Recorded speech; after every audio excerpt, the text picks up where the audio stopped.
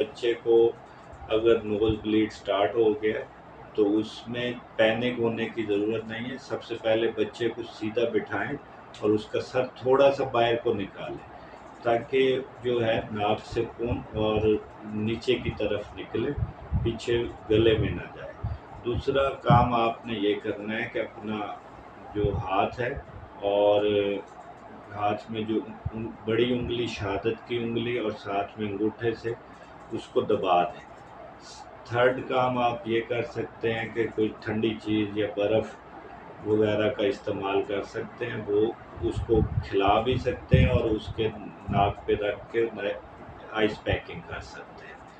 ये सारे स्टेप्स जो हैं करने के बाद आपने अगर इन केस ब्लीडिंग रुक जाए तो फिर आप ओपीडी में जो है अपने डॉक्टर से रुजू करें। अगर इन केस इन सारे स्टेप्स के बाद भी